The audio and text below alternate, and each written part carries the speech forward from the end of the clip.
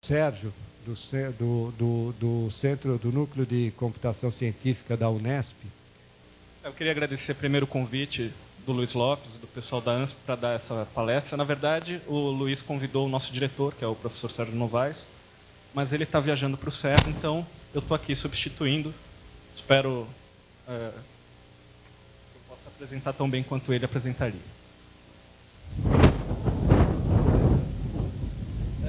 Bom, o que eu vou falar, então, é uma iniciativa de grid computing que teve na Unesp, que a gente batizou com o nome de Grid Unesp, que é o primeiro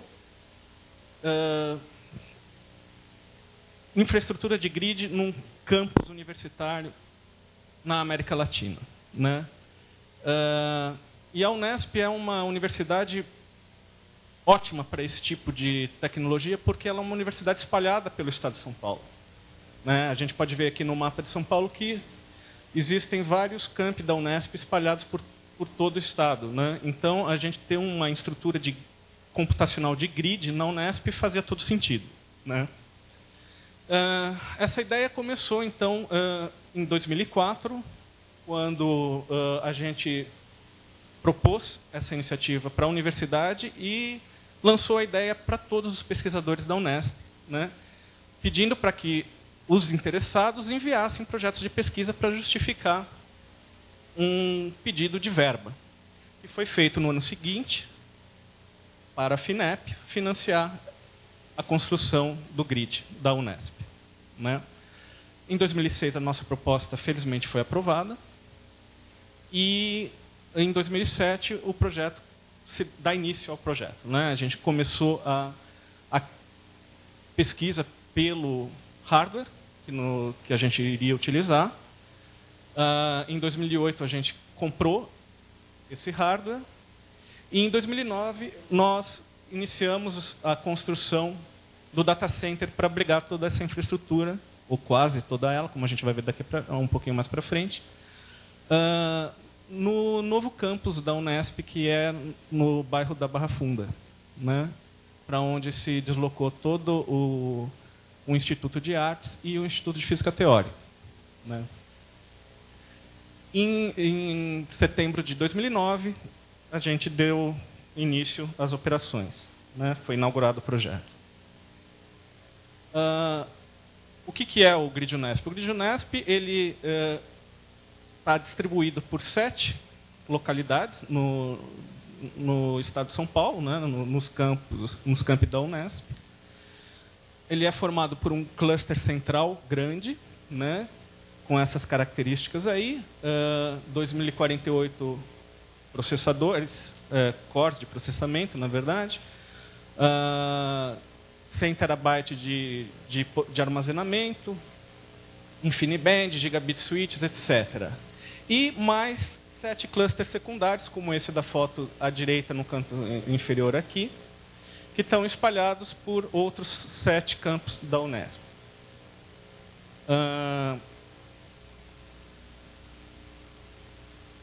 Para que uma infraestrutura em grid funcione de maneira adequada, é necessário que a rede que interconecte os clusters distribuídos geograficamente seja uma rede de alta qualidade. E, para isso, a ANSP e o projeto FAPESP, né, está nos ajudando através da rede Quiatera, que é uma rede voltada para a pesquisa.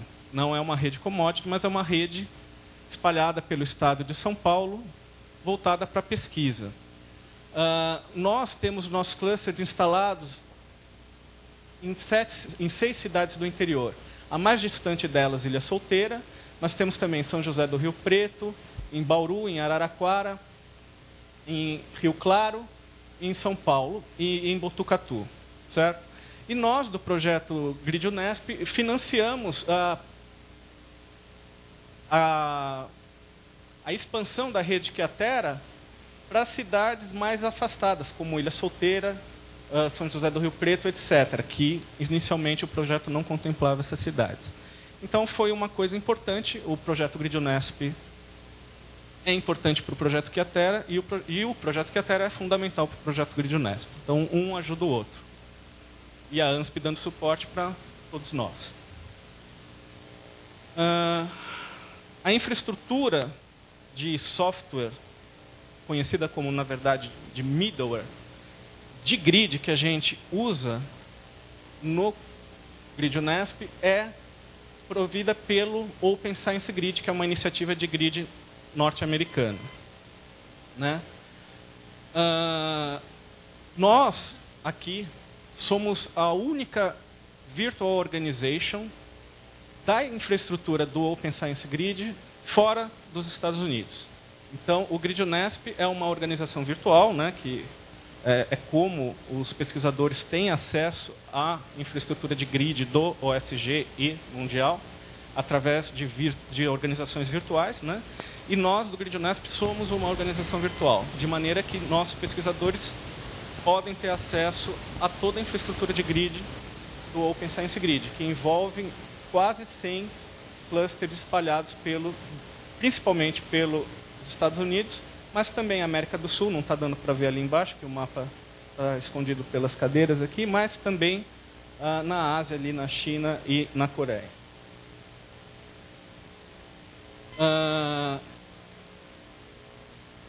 Nós, do Grid Unesp, fazemos todo o monitoramento de maneira centralizada. Então, os 6 clusters que estão instalados nas cidades do interior, eles são totalmente geridos pelo pessoal que está concentrado aqui no cluster central. Então, a manutenção e o monitoramento de todos os sites é feito localmente aqui em São Paulo. Né? Então, a gente tem diversos serviços de monitoramento, mais de 2.500 serviços de monitoramento, controlando a carga que está sendo imposta aos servidores, a temperatura dos processadores, memória, como é que está, se está tudo funcionando direitinho, espaço em disco, a temperatura do data center em si, não só também nosso data center, mas a gente também é capaz de observar o que acontece com os data centers do interior. Muitas vezes nós avisamos o pessoal do interior que aconteceu algum problema com o data center deles, já aconteceu isso algumas vezes, que a gente percebe um aumento na temperatura das nossas máquinas e a gente liga avisando, olha, aconteceu alguma coisa aí no data center de vocês, por favor verifique. E isso a gente já conseguiu ajudar o pessoal avisando eles de problemas que eles não tinham percebido a tempo. Né? Então, tudo é feito de maneira centralizada para não ocupar mão de obra das outras unidades. A gente é responsável por 100% da operação de todos os clusters. Né? Aqui está um exemplo da nossa monitoração, onde a gente monitora todos os clusters do interior. Né? A gente consegue ver o status dele aqui no canto esquerdo, se eles estão operando ou não.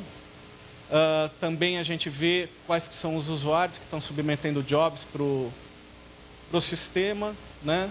E, além de saber aqui essa tela onde a gente aparece o status de cada cluster espalhado aqui no estado, a gente tem uma outra tela que monitora todas as condições de temperatura do nosso data center e a saúde, né, de operação do data center central aqui na Barra Funda. Bom, tudo isso é para a gente prover poder computacional para pesquisadores da Unesp, né? Porque até então, a USP, por exemplo, tem o CCE, e a Unesp não tinha nada voltado para oferecer aos seus pesquisadores poder computacional. Cada pesquisador tinha que ter o seu próprio projeto de pesquisa para financiar algum cluster ou máquinas que seriam necessárias para eles desenvolverem as suas pesquisas. Né? Então, partindo do conceito de grid, a gente propôs isso, né, para a reitoria, que gostou da ideia, e hoje em dia a gente está atendendo quase 40 grupos de pesquisa, porque a maneira que a gente encontrou para poder atender os pesquisadores da Unesp é a seguinte: a gente pede para que eles submetam para a gente um grupo de pesquisa, um projeto de pesquisa. A partir desse momento que o projeto é avaliado e aceito pelo Grid Unesp, nunca aconteceu nenhuma negativa, A única exigência que a gente faz é que o líder do grupo de pesquisa seja um pesquisador da Unesp, né? O que acontece?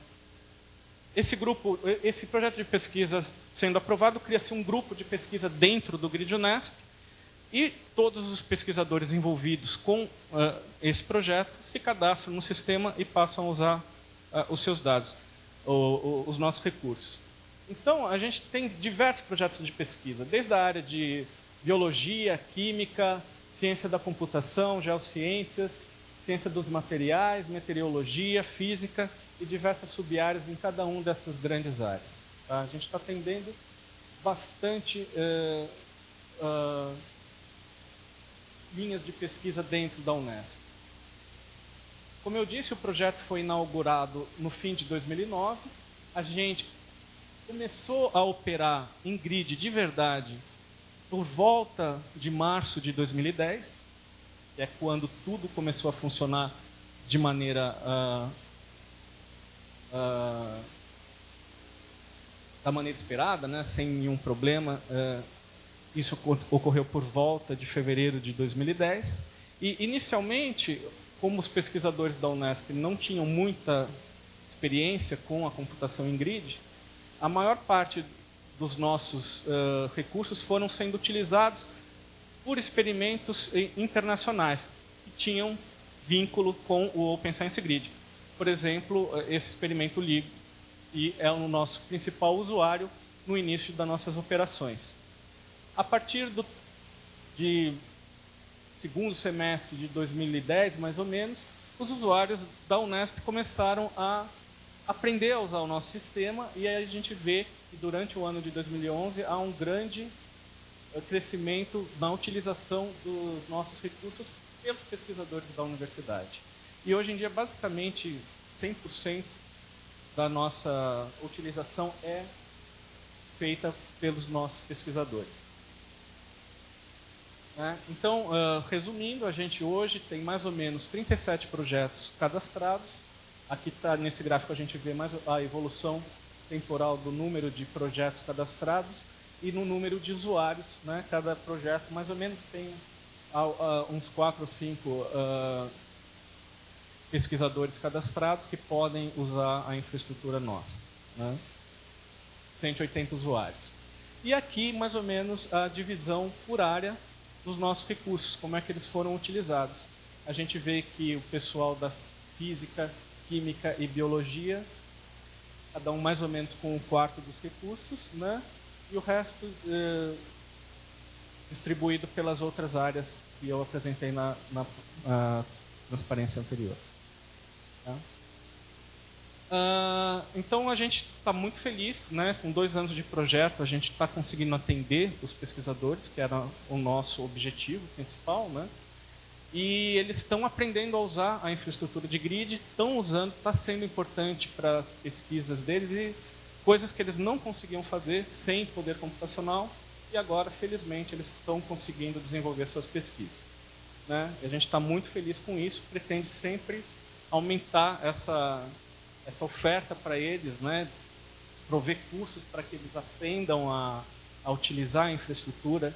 Isso daí foi feito 2 vezes já nas dependências nossas lá na Barra Funda. A gente convidou os pesquisadores interessados para serem treinados em mini cursos aqui, oferecidos aqui em São Paulo. Tudo isso começou, na verdade, com um projeto chamado São Paulo Research and Analysis Center, que é um projeto de física experimental de altas energias, que o Luiz Lopes comentou agora há pouco. Né? O início desse projeto também foi mais ou menos junto com a ideia da criação do GRID Unesp, mas ele começou antes. Né? Ele começou em 2004, né? Onde a gente, na verdade, os pesquisadores do SP Reis, eles são todos físicos de altas energias, né? Participam dos participavam do experimento D0 no Fermilab, o acelerador Tevatron do Fermilab, e também do experimento CMS do acelerador LHC, Large Hadron Collider, no CERN. Né? Então, a maneira com que o Brasil, né, o São Paulo, né, vamos nos ater aqui ao Estado de São Paulo, os pesquisadores do Estado de São Paulo puderam contribuir para esses experimentos remotamente, o que eu quero dizer com isso, daqui de São Paulo mesmo, e não estando em loco lá no Fermilab ou lá no CERN, foi prover poder computacional para esses experimentos poderem fazer a análise e simulação de dados desses aceleradores, né?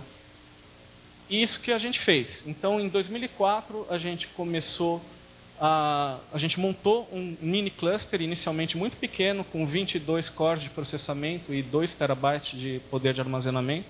Mas com isso a gente foi capaz de processar dados do deserto do Fermilab, né? Em 2005 a gente conseguiu aumentar um pouquinho a nossa infraestrutura computacional e nos tornamos um site oficial do Open Science Grid, que é quem provê toda a tecnologia de grid.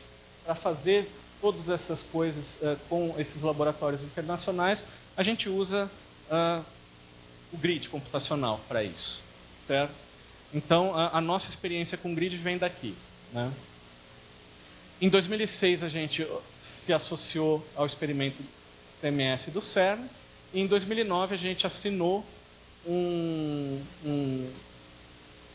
acordo formal com o WLCG, que é o World LHC Computing Grid, né, que é o grid do CERN.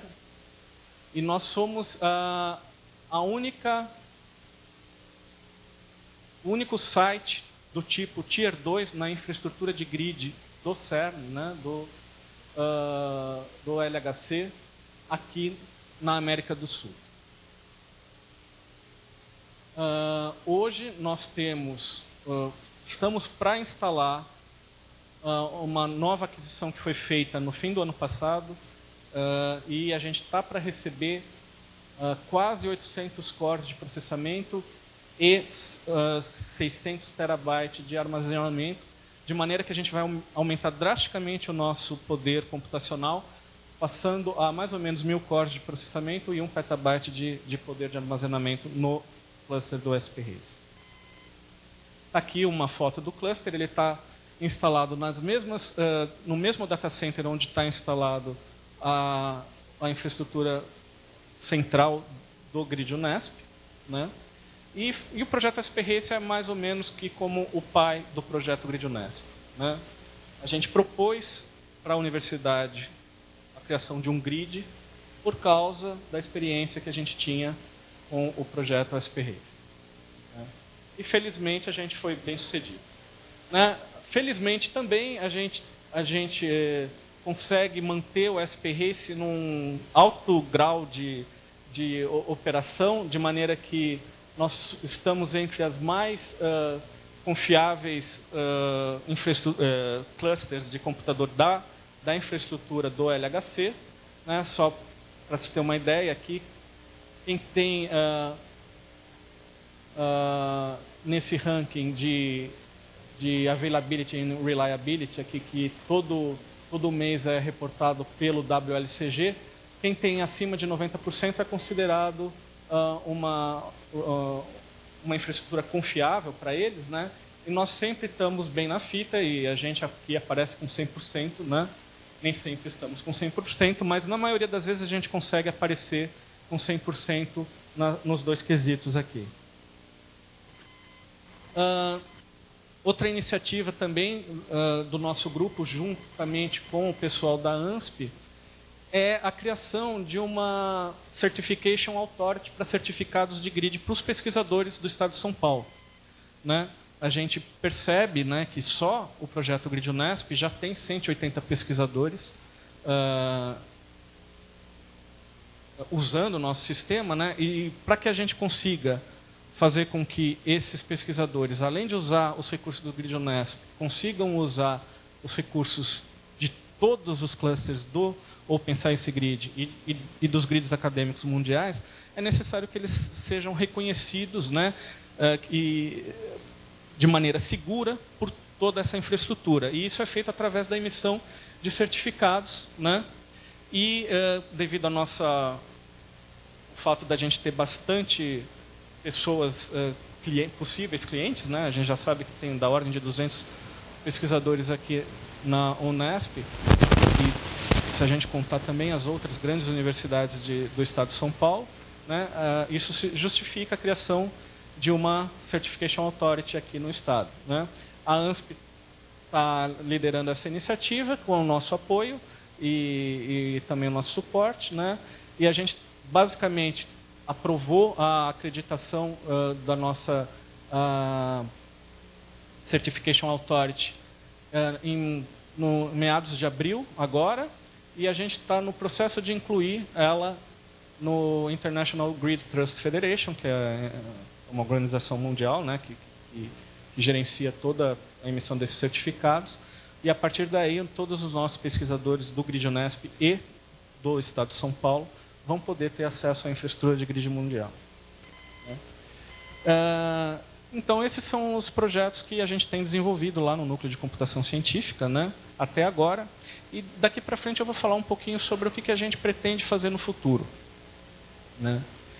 Uma das nossas iniciativas no futuro vai ser, caso a gente consiga, esse projeto chamado Chepix, que eu vou falar um pouquinho mais para frente, onde nele vai estar envolvido um desenvolvimento de cloud computing para a educação, que é o projeto EduCloud, um grid para o estado de São Paulo, para todas as universidades do estado de São Paulo, seguindo a experiência que a gente teve com o Grid Unesp.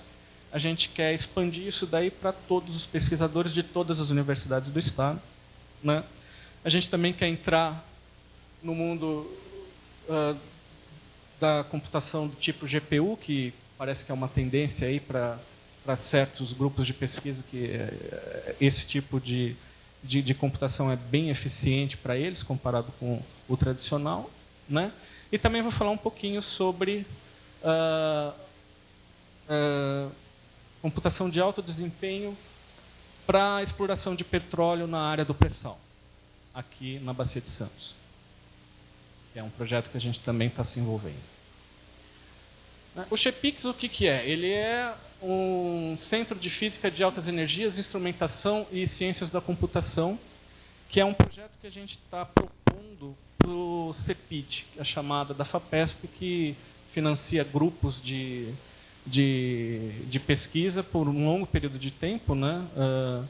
11 anos, né?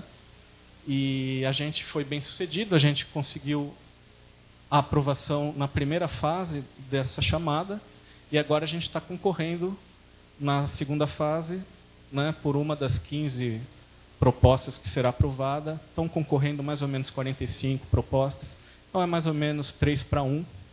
Né? E a gente acredita que a gente pode ganhar, a gente acha que tem chances, né? O nosso projeto tem várias ramificações, né? Vai desde a ciência básica em física de altas energias, né? Vindo da experiência que a gente tem com o SP Race, né? E nossa colaboração com os experimentos internacionais. Também vai para a área de ciências da computação, devido às nossas necessidades, né? A gente teve que aprender a utilizar o grid computacional no SP Race, né? Então a gente também quer dar alguma colaboração nesse centro para esse tipo de desenvolvimento, e eu vou falar um pouquinho dessas coisas aqui agora, né? A proposta do São Paulo State Grid, do EduCloud, mas também a gente quer colaborar com esses experimentos internacionais, principalmente com o CMS, não só com computação, mas também com hardware, também com a participação na construção do detetor, né? Então a gente tem essa área de instrumentação científica, onde a gente vai querer participar da construção do detetor em si, né? No próximo upgrade que vai ocorrer dentro de alguns anos, né? A gente quer fazer parte disso, ter alguma contribuição na construção do detetor. Tem também, através do que a gente aprender nessas duas ramificações aqui, de instrumentação e ciência computacional, a gente quer transferir essa tecnologia para a sociedade, né? Porque isso daí é um dos pré-requisitos dessa chamada CEPID, né? tem que haver transferência de tecnologia, né, para fora do meio acadêmico, e a gente pretende fazer isso daí. A gente já tem algumas parcerias com algumas empresas, né, caso a gente tenha esse projeto aprovado. Então a gente já está pensando forte nisso daí. E também outra coisa necessária nesses projetos do tipo CEPID é a divulgação do que está sendo feito para a sociedade, né? Então a gente também está com um plano muito forte para fazer esse tipo de divulgação científica, né? Uma das coisas que a gente já tem feito, né, apesar do projeto ainda não ter sido aprovado, mas a gente não vai esperar o projeto ser aprovado para começar a desenvolver essas iniciativas, é essa iniciativa de EduCloud, que é usar a Cloud Computing para ajudar a educação no estado de São Paulo, né? Isso daí é uma parceria que a gente tem com uma iniciativa americana, que é o Open Science Data Cloud, né, financiado por esse projeto NFS, que agora eu não me lembro o que quer dizer, mas é liderado pela Universidade de Chicago, né? O objetivo é o que eu já disse, né, é prover infraestrutura de cloud computing para dar suporte às atividades de ensino nas escolas públicas de São Paulo. E nisso a gente tem associado com a Secretaria de Educação e com a Fundação para o Desenvolvimento da Educação, que é uma fundação que dá suporte à Secretaria, totalmente vinculada à Secretaria. E a gente também tem a Intel nos ajudando nessa iniciativa. A Intel está financiando 2 bolsistas por um período de 6 meses para nos ajudar a desenvolver o que eu vou falar na próxima transparência, que foi a motivação de tudo isso daí, né? O pessoal da Secretaria estava tendo um problema nos treinamentos remotos que eles estavam oferecendo para os professores e alunos, que é baseado nesse software Brain Honey, e eles estavam percebendo que o serviço estava sofrendo picos de demanda, né, de maneira que, para manter a qualidade dos serviços, era necessário uma intervenção humana muito frequente, né? Então eles queriam resolver esse problema, né? E a gente percebeu que o Cloud Computing podia ser uma solução, né? De maneira que, usando essa tecnologia, a gente consegue balancear a carga, né, dos servidores deles através de máquinas virtuais, de maneira que a intervenção humana possa ser drasticamente reduzida ou até dispensada, né? E também a gente pretende desenvolver outras linhas aqui, além de resolver esse problema que eles estavam sofrendo, como ensino à distância, através do uso de softwares as a service dessa tecnologia que está sendo desenvolvida, né, etc.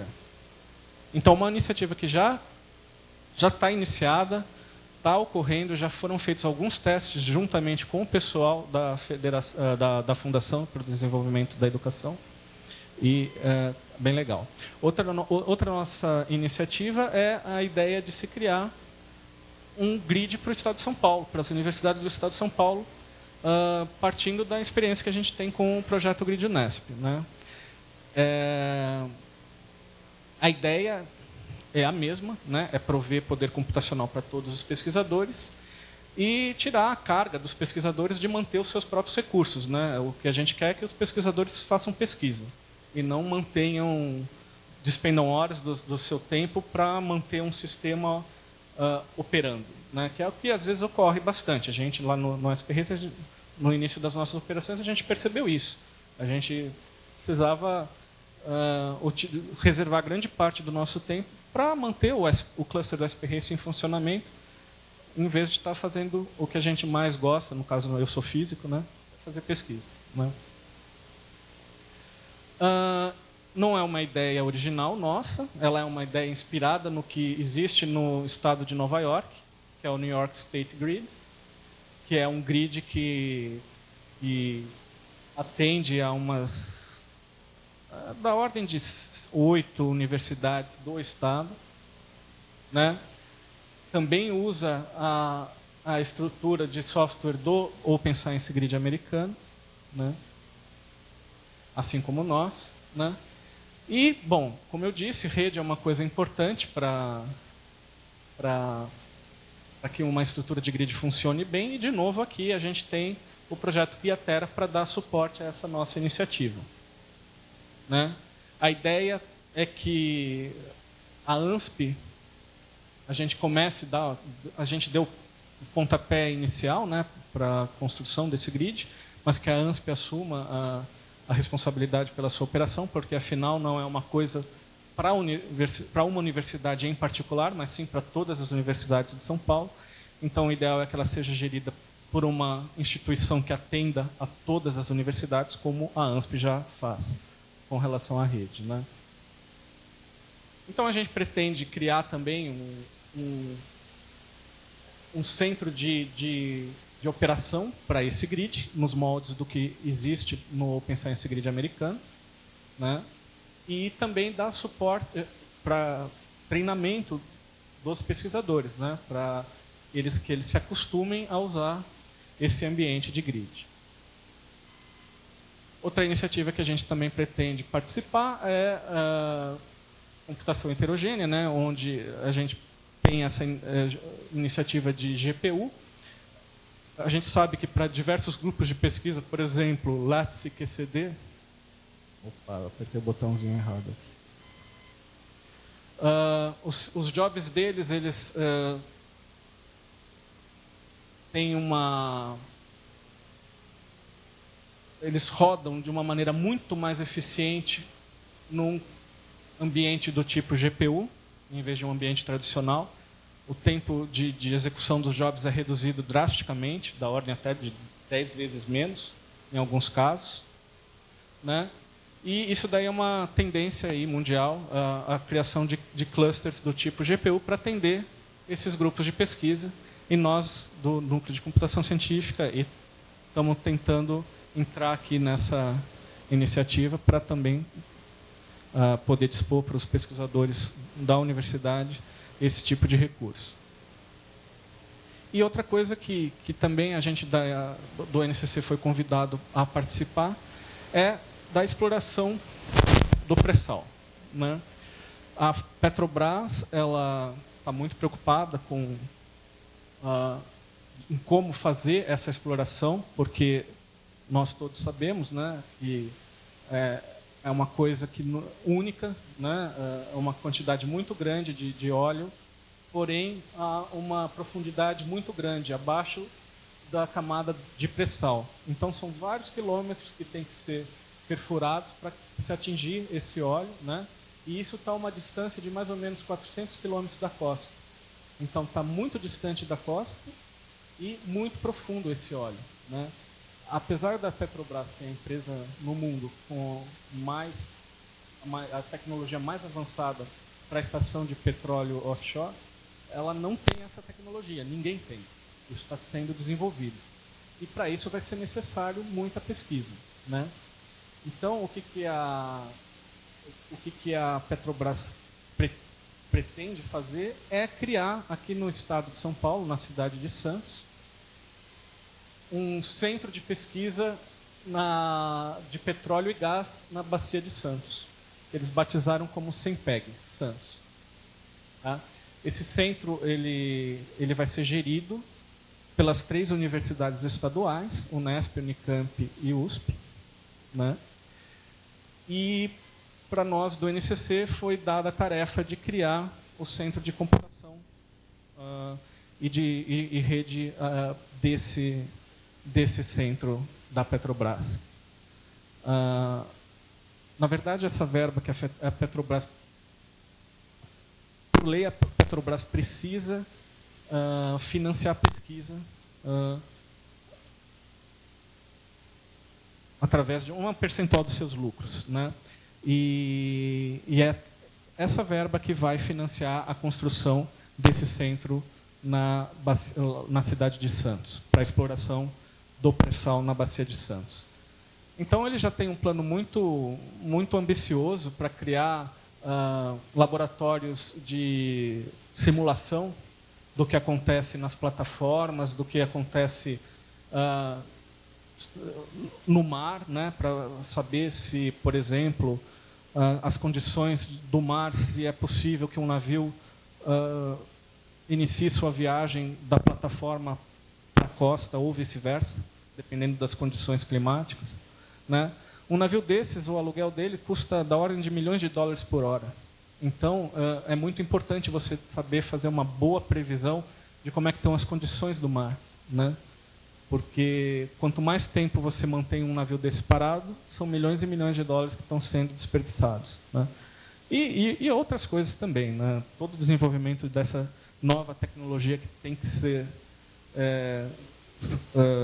feita para se conseguir extrair esse gás e esse petróleo, tudo vai ser baseado nesse centro. O que a gente está participando, então, é na construção do centro computacional dessa iniciativa da Petrobras, que vai ser gerida pelas 3 universidades.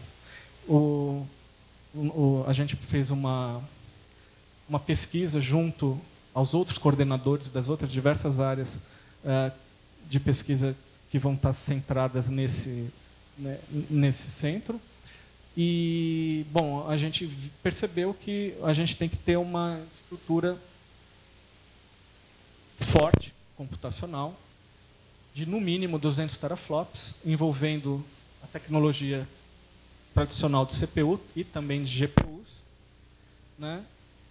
E, para isso, a gente pretende interligar o centro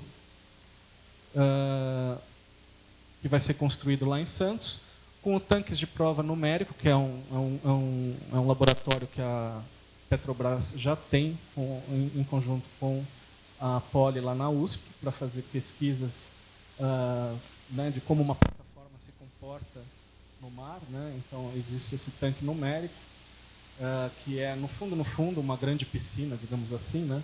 Onde eles simulam as condições do mar e o que ocorre com uma plataforma, né? Então, a nossa ideia é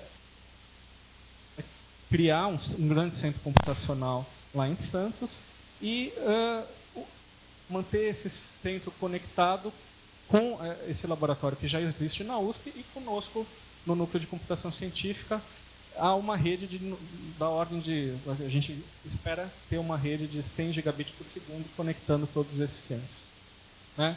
E, a partir dessa rede, esse centro pode se conectar também em altas velocidades com os centros que já existem da Petrobras no Rio de Janeiro e em outras cidades do país, né?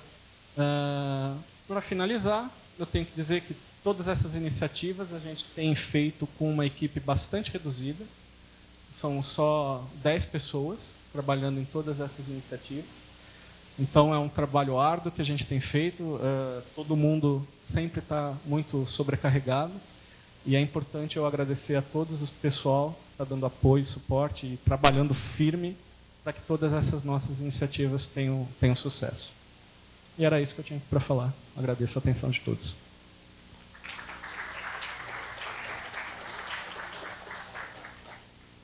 Bom, nós ainda temos tempo para alguma pergunta ao Sérgio aqui.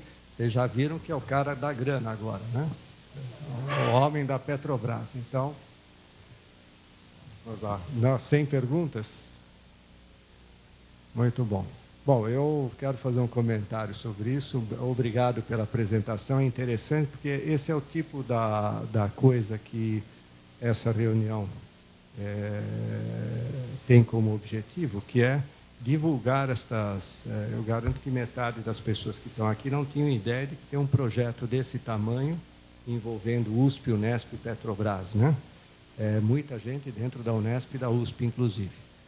Talvez não estivesse sabendo. Estas coisas são importantes porque estes projetos, coisas desse tipo, por exemplo, às vezes o sujeito tem... uma universidade aqui, por exemplo, tem um projeto com uma universidade em Santos, está ralando para ter conectividade e, de repente, poderá ter essa conectividade via este projeto e se não ficar sabendo do projeto, não fica sabendo nunca, né? Então, Sérgio, muito obrigado, mais uma vez, lembranças a toda a sua equipe aí, que ralam mesmo. Embora isso não seja muito novidade na área de CCES aqui, mas... Muito bem, muito obrigado.